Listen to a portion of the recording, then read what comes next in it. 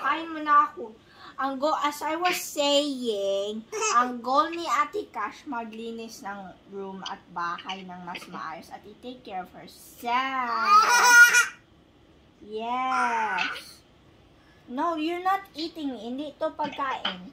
Hindi ito pagkain. Hindi ito pagkain.